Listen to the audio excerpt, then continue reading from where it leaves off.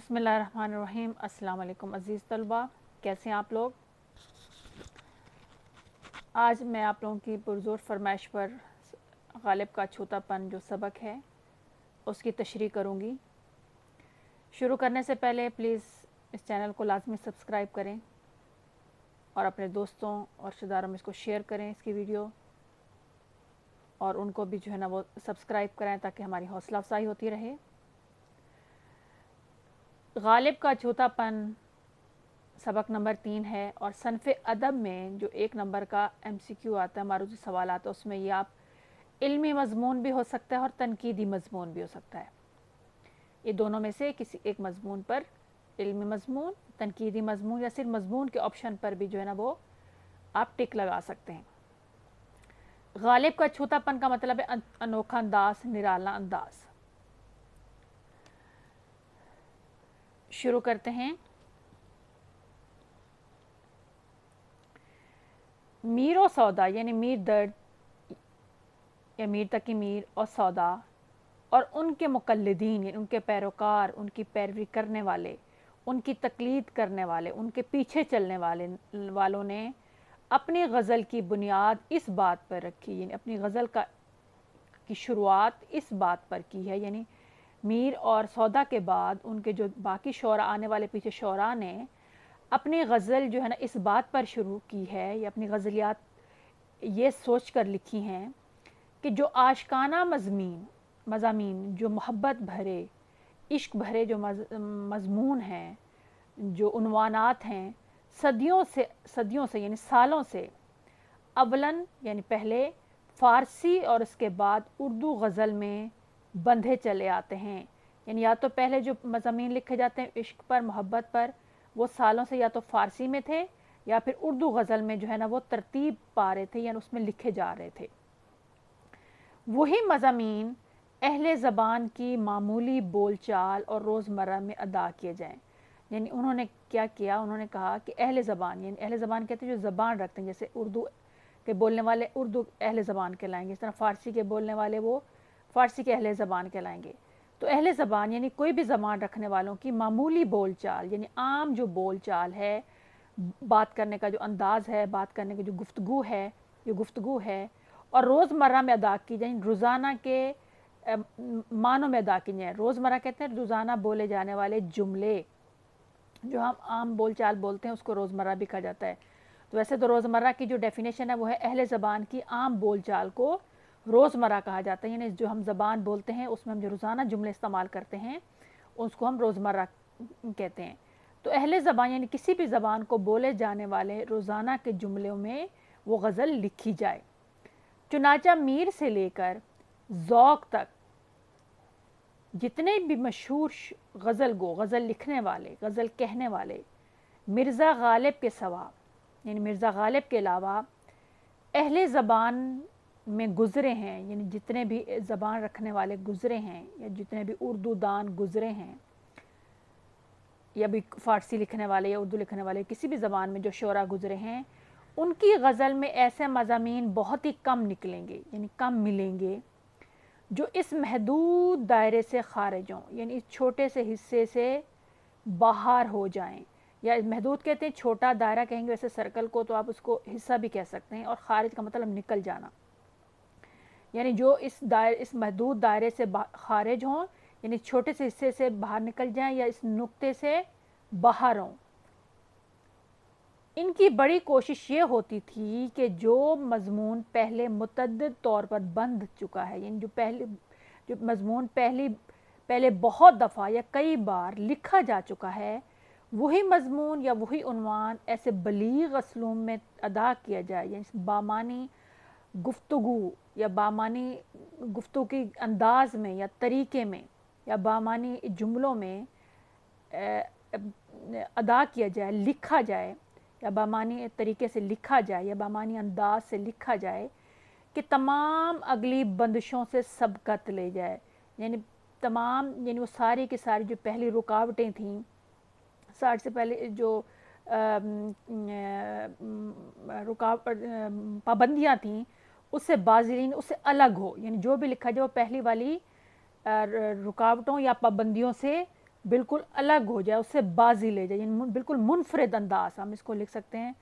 मुनफरिद लिखा जाए, मुनफरिद, मुनफरिद लिखा जाए, यानी पहले वाली लिखे जाने वाला मज़मून से बिल्कुल ही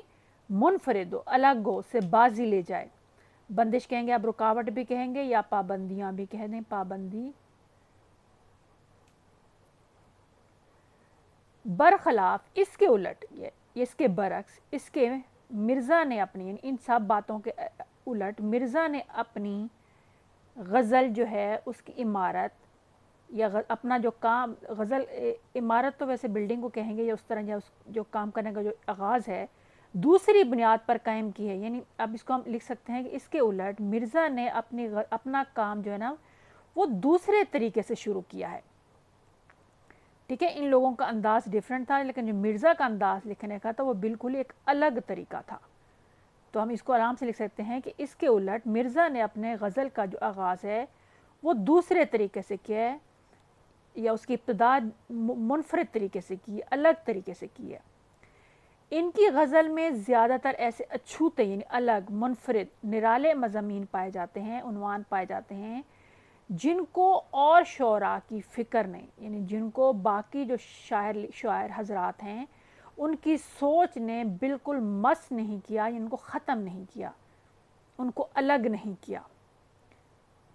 और मामूली मज़ामीन ऐसे तरीके से अदा किए गए हैं, यानी छोटे छोटे मज़ामीन इस तरीके से लिखे गए हैं जो सबसे निराला है, यानी जो सबसे अलग तरीका है, और उनमें ऐसी नज़ाकतें रखी गई हैं, यानी उसमें ऐसी खूबियाँ या बारीकियाँ हैं जिनसे अक्सर उस्ताद का कलाम खाली होता है, यानी दूसरे उस्तादों में ये काम नज़र नहीं आता। खुलासा ये है, यानी मुख्तसर बात यह है कि और लोगों ने तो अव्वल से आखिर तक, यानी शुरू से लेकर आखिर तक कौम की शरह से सरे मुनहराफ नहीं किया, यानी जो लिखने वाले लोग हैं उनके रास्ते से मुंह नहीं मोड़ा, यानी उससे इनकार नहीं किया, उससे अलग रास्ता इख्तियार नहीं किया। यानी मुख्तसर बात यह है कि लोगों ने, जो लिखने वाले शोरा हैं, हजरात हैं, उन्होंने शुरू से लेकर आखिर तक जो लिखने का रास्ता है उस रास्ते से उन्होंने बिल्कुल अलग रास्ता नहीं निकाला, और जिस चाल से अगलों ने राह तय की थी, यानी जिस अंदाज से पिछले लोगों ने रास्ता बनाया था या जिस तरीके से लिखा था, उसी चाल से यानी उसी अंदाज से तमाम रास्ता तय किया, उसी अंदाज या उसी तरीके पर वो चले। मिर्ज़ा ने अव्वल शहारा का रुख, यानी मिर्ज़ा ने पहले जो रास्ता इख्तियार किया उसको छोड़कर दूसरा रुख चलना इख्तियार किया, यानी दूसरे रास्ते की तरफ चले या दूसरा तरीका इख्तियार किया, यानी जो पहले शोरा इस्तेमाल करते थे उस रास्ते को छोड़कर उन्होंने दूसरा रास्ता इख्तियार किया या दूसरा तरीका इख्तियार किया। और जब राह की मुश्किलात ने मजबूर किया, यानी रास्ते में बहुत सी मुश्किलात आ गई या तो उसे मुश्किलात से तंग आ गए, घबराने लगे, तो उनको भी आकर इसी रुख पर चलना पड़ा, यानी वो भी उसी तरह काम करने लगे जैसे पहले शोरा करते थे। मगर जिस लीक कहते हैं तरीका, ये लफ्ज़ लीक है, ये लैक है, इसका मतलब तरीका, यानी जिस तरीके पर काफ़िला जा रहा था, यानी जिस तरीके पर बाकी लोग लिख रहे थे, बाकी शोरा काम कर रहे थे, इसके सिवा एक और इसके मतवाजी कहते हैं बराबर अपने लिए निकाली, यानी एक जिस तरीके पर दूसरे लोग लिख रहे थे उस जैसा तो नहीं, लेकिन उसके बराबर का एक और तरीका निकाला, और जिस चाल पर और लोग चल रहे थे, यानी जिस तरीके अंदाज को दूसरे लोगों ने इख्तियार किया हुआ था, उस चाल को छोड़कर, उस तरीके को छोड़कर दूसरी चाल इख्तियार की, यानी दूसरा तरीका इख्तियार किया। चुनाचा हम देखते हैं, यानी हमें नज़र आता है कि जब मीर और सौदा और इनके मुकल्लिदीन, इनकी पैरवी करने वाले, उन जैसा लिखने वाले, उनके पीछे आने वाले के कलाम में, यानी उनके शेरों में एक ही किस्म के ख्यालात और मज़ामीन देखते देखते जी उकता जाता है, यानी दिल तंग आ जाता है, और इसके बाद मिर्ज़ा के दीवान पर नज़र डालते हैं तो इससे में हमें एक दूसरा आलम दिखाई देता है, यानी दूसरी दुनिया नज़र आती है, एक अलग अंदाज नज़र आता है। और जिस तरह खुश्की का सियाह समंदर के सफ़र में, यानी बिल्कुल ऐसे मालूम होता है जैसे एक सियाह कहते हैं सैर करने वाले को, یعنی ایک خشک جگہ کا میدانی علاقوں کا سیر کرنے والا وہ سمندر کے سفر پر نکل پڑے، یا ایک میدان کا رہنے والا جو نا پہاڑ کے سفر پر نکل پڑے، یعنی اچانک اپنا راستہ چھوڑ کر دوسرا راستہ اختیار کرے، اس کا مطلب یہ ہے ایک نئی جا کر ایک بالکل نئی اور نرالی کیفیت کا مشاہدہ کرتا ہے، یعنی ایک الگ نرالی کہتے ہیں، الگ کیفیت کہتے ہیں، انداز یا حقیقت بھی کہہ سکتے ہیں، یعنی ایک الگ انداز کا مشاہدہ کرتا ہے اس کو، یعنی اس کو دیکھتا ہے، الگ انداز سے دیکھتا ہے۔ اسی طرح مرزا کے دیوان میں ایک اور ہی سما نظر آتا ہے، یہ کہ اور منظر نظر آتا ہے۔ یہاں ہم چند شعر مرزا کے دیوان سے ایسے نقل کرتے ہیں، جیسے ہم نے نکالے ہیں، جن سے ان کے خیالات کا اچھوتا پن نظر آتا ہے، یعنی ان کا ایک الگ انداز نظر آتا ہے۔ پہلا شعر ہے، ہوس کو ہے نشاط کار کیا کیا،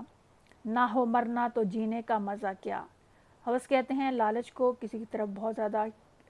حد سے زیادہ بڑھ جانا اس کو حاصل کرنے کے لیے، اور نشاط ویسے آگے میننگ مطلب اس کا لکھا ہوا ہم دیکھ لیتے ہیں۔ نشاط کے معنی امنگ کے ہیں، یعنی آرزو، کسی چیز کی خواہش، اور نشاط کار کہتے ہیں کام کرنے کی امنگ، یعنی کام کرنے کی خوشی یا کام کرنے کی آرزو۔ یہ جہاں تک معلوم ہے ایک نیا خیال ہے، اور نرا یعنی محض خیال ہی نہیں ہے، محض سوچ ہی نہیں ہے، بلکہ فیکٹ ہے، فیکٹ کہتے ہیں حقیقت کو، بلکہ حقیقت ہے، کیونکہ دنیا میں جو کچھ چہل پہل ہے، جو کچھ رونق ہے، وہ صرف اس یقین کی بدولت ہے، یعنی صرف اس بھروسے کی وجہ سے ہے کہ یہاں رہنے کا زمانہ بہت تھوڑا ہے، کہ یہاں پہ زندگی گزارنے کا وقت ہمارے لیے بہت تھوڑا سا ہے، مختصر ہے۔ یہ انسان کی طبعی خصلت ہے، یعنی اس کی قدرتی عادت ہے، تبھی تو وہ کہتے ہیں نا کہ وہ علم جو جس سے چیزوں کا جو ہے، جسے طبیعت فزکس کہتے ہیں، تو یہ وہاں سے لفظ نکلا ہے جس کا مطلب ہوتا ہے کہ چیزوں کے بارے میں اس کی تبدیلی معلوم ہونا۔ تو یہاں پہ یہ مطلب آئے گا کہ یہ انسان ایک ایسی قدرتی عادت معلوم ہوتی ہے انسان کی، کہ جس قدر فرصت یعنی جتنا وہ فارغ کم قلیل ہوتی ہے، یعنی جتنا وہ کم فارغ رہتا ہے، اس قدر یعنی اتنا زیادہ سرگرمی سے کام کو سر انجام دیتا ہے، اتنا زیادہ مطلب ہے کہ توجہ کے ساتھ وہ اپنے کام کو کرتا ہے، بھرپور انداز سے کام کرتا ہے، اور جس قدر اور جتنا زیادہ مہلت ملتی ہے، جتنے زیادہ وہ وقت اس کو ملتا ہے، اس قدر اتنا زیادہ وہ یعنی جتنے زیادہ وہ اس کو وقت زیادہ اگر اس کے پاس وقت ہے تو اس قدر ہی اتنا زیادہ وہ کام میں تاخیر دیر کرتا ہے، اور سہل انگیزی زیادہ اختیار کرتا ہے، آرام طلب ہو جاتا ہے، سستی دکھاتا ہے۔ اب اگلا شعر ہے، توفیق باندازہ ہمت ہے ازل سے، آنکھوں میں ہے وہ قطرہ کے گوہر نہ ہوا ہوتا۔ اس شعر میں بالکل نیا اور اچھوتا یعنی ایک الگ اور بری خیال ہے، یعنی چھوٹا سا نقطہ ہے، خیال ہے، سوچ ہے، اور نہایت صفائی اور عمدگی سے یعنی بہترین انداز سے اس کو ادا کیا گیا، یعنی یہاں کہا گیا یا بتایا گیا ہے۔ اگر کسی کو سمجھ میں نہ آئے تو اس کا فہم کا قصور ہے، یعنی اگر یہ شعر کسی کو سمجھ نہیں آتا تو اس میں اس کی عقل کا یا اس کی نا سمجھی کا زیادہ تر ہاتھ ہے۔ دعویٰ یہ ہے، لیکن شرط یہ ہے، یہ کہا یہ جاتا ہے کہ جس قدر ہمت عالی ہوتی ہے، کہ جتنا زیادہ بلند حوصلہ ہوتا ہے انسان میں، اس کے موافق یا اس کے برابر یا اس کے مطابق اس کی تائید یا اس کی حمایت یا اس کا ساتھ جو ہوتا ہے وہ اندر سے ہوتا ہے، یعنی آپ کے پاس ہمت اگر آپ کا حوصلہ بلند ہے تو آپ کے اندر کا جو ساتھ ہوتا ہے وہ سب سے زیادہ جو ہے نا وہ آپ کو ملتا ہے، اندرونی جو ساتھ جسے کہتے ہیں، اندر کی جو طاقت ہوتی ہے اس کے مطابق آپ اس کا ساتھ آپ کو زیادہ ملتا ہے۔ غیب تو پوشیدہ کہتے ہیں، اور اندر کی بات کو بھی کہیں گے، تائید حمایت کو کہتے ہیں، موافق مطابق یا برابر،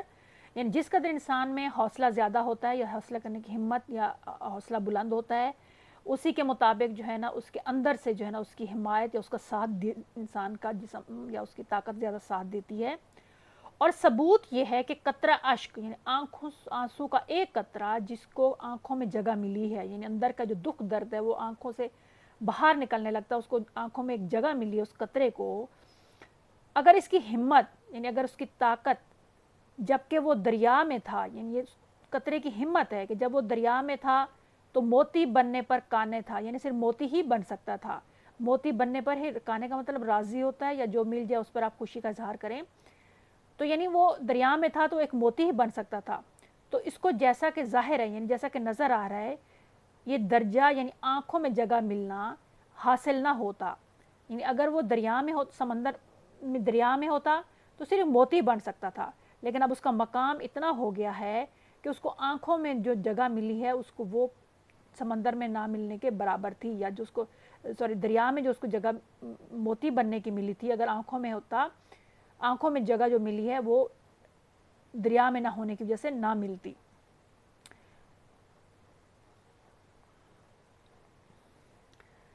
اگلا ہے حریف مطلب مشکل نہیں فسون نیاز، دعا قبول ہو یا رب کے عمر خضر دراز. چونکہ خیال وسیع تھا، یعنی خیال بہت بڑا تھا، یا خیال کا جو دائرہ ہے وہ بہت وسیع ہے، بہت بڑا ہے، سوچ حد سے زیادہ ہے،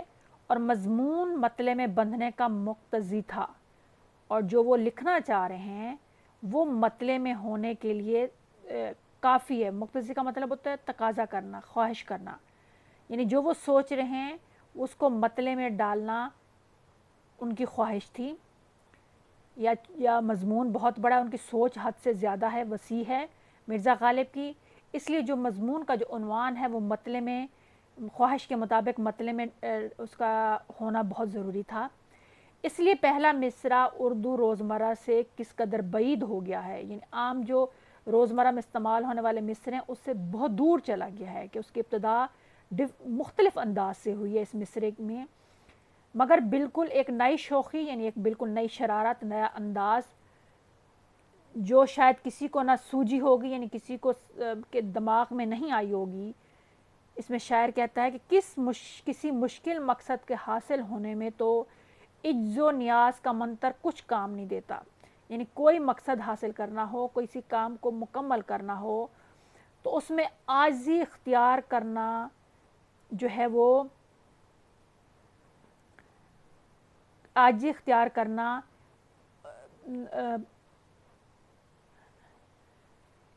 کہتا ہے کہ کسی مشکل مقصد کو حاصل کرنے میں عاجزی اختیار کر لینا کوئی فائدہ نہیں دیتا. یعنی خاموشی اختیار کر لینا یا جان پہچان جو ہے نا وہ کم کر لینا، یا چپ کر کے اس کو جو ہے نا بغیر اس کو کچھ کہے اس مقصد کو حاصل کرنا جو ہے نا وہ کوئی فائدہ نہیں دیتا. لاچار یعنی آخرکار یا بے بس ہو کر آپ یہی دعا مانگتے ہیں کہ الہی اللہ تعالیٰ خضر کی عمر دراز ہو. یعنی ظاہر جب آپ کا کام نہیں ہوتا تو بھی آپ یہ کہہ سکتے ہیں کہ خضر علیہ السلام کیونکہ انہوں نے آب حیات پیا تھا تو اس کا ایک محاورہ کے طور پر استعمال ہوتا ہے کہ ان کے اللہ تعالیٰ ان کے، حالانکہ ان کی عمر تو آلریڈی جو ہے نا وہ لمبی ہے، اس تلمیم میں جو استعمال ہوئی ہے، تو ہم دعا کے طور پر کہتے تھے کہ اللہ تعالیٰ ان کی عمر جو ہے دراز ہو. یعنی ایسی چیز طلب کریں جو پہلے ہی دی جا چکی ہے، یعنی ایسی چیز کا آپ خواہش کریں جو آپ کے پاس پہلے ہی موجود ہو. ٹھیک ہے، آج کے لیے اتنا ہی کافی ہے. انشاءاللہ تعالیٰ اگلے لیکچر میں اس کا بقیہ حصہ آپ کو کراؤں گی. امید ہے آپ کو اچھی طرح سمجھ آ گئی ہوگی. السلام علیکم ورحمۃ اللہ وبرکاتہ.